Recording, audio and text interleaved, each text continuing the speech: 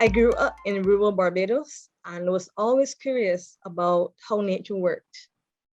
My family was into agriculture, and I was always surrounded by trees, fruit trees, grass, and I spent most of my time out there when I was very young.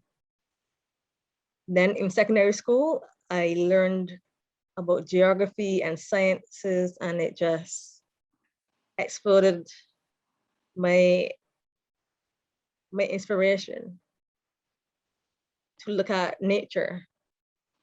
And then I studied environmental science, and then I knew that is what I had to study at university. Even though it wasn't a popular subject at the time, I just knew that I had to do it. So after university, I ended up teaching, just randomly ended up teaching. And I realized that I loved breaking down topics and spreading my knowledge to young children. And then I also got to relate it to them and see their faces later when they got it and when they made changes in their lives and into their parents' lives. So I thought that that was very amazing. And eventually I joined the Caribbean Youth Environment Network, and then I realized that advocacy could be so much more widespread. I could talk about environmental problems in my country and in the region, all over the world. So in the Caribbean Youth Environment Network, I was the product coordinator for the Barbados chapter for a number of years. And some things I thought that were successful that I led were studies. So we did a number of studies about environmental issues, and we wanted to get the youth perspectives on those environmental issues. And we did this for maybe 3 or 4 years at our national what's called AgroFest. It's the agricultural exhibition that happens annually. So what I did was to create a questionnaire, we did a pilot test, and then we went out there and got as many young people as we could to answer these questions so that we can find out what young people know about certain issues. And these issues are things like sustainable development, biodiversity, sustainable land management, and along those lines. And then one thing that I kind of enjoy was inputting the data, somehow numbers. I just really like to do research. I guess it's a bit weird, but I really love to do research. And then I will do all of the making the graphs and everything, and then I'll write the reports. And one thing that I thought was very amazing for me was to do a video about the findings. And this one was done on sustainable land management. I believe it was in 2015, when that was the year for land management or something along those lines. And it's on YouTube. So I'm not a video editor, but that was the start of realizing that I'm actually gaining skills that I never thought I would. And this is all from my experience within the Caribbean Youth Environment Network. So when I was doing my advocacy, I realized that there were some challenges I had to overcome. The major one for me was public speaking. I was very scared, and as a very shy person, speaking to people, especially those that seemed to be more experienced and much older than me, was a challenge.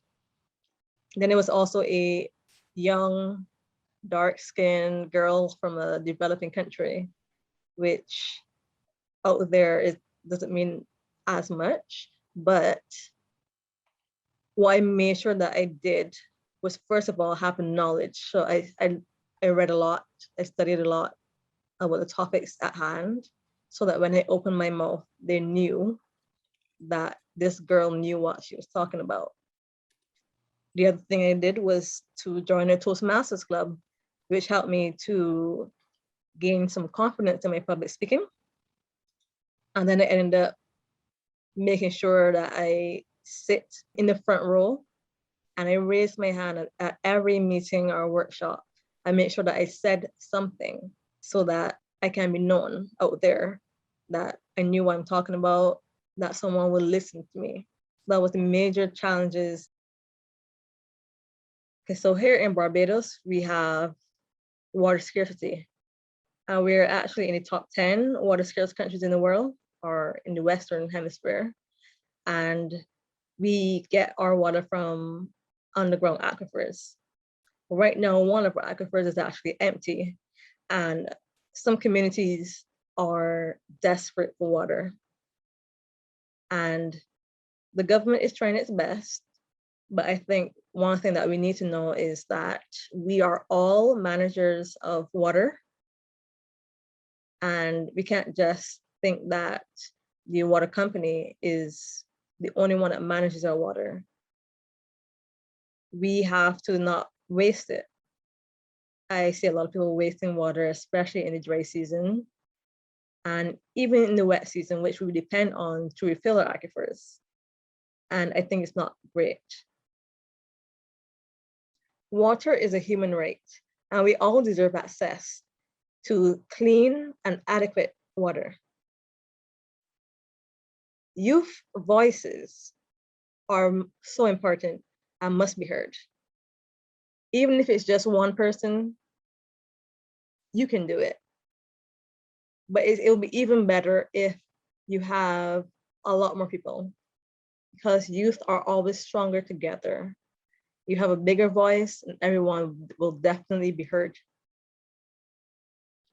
But I think especially those in developing countries, it is most important that you go to your government, speak to who you need to speak to, make sure that you gain knowledge, read up on the laws, the policies, and speak to your government representative for, I guess, water or environment, and try to make a change.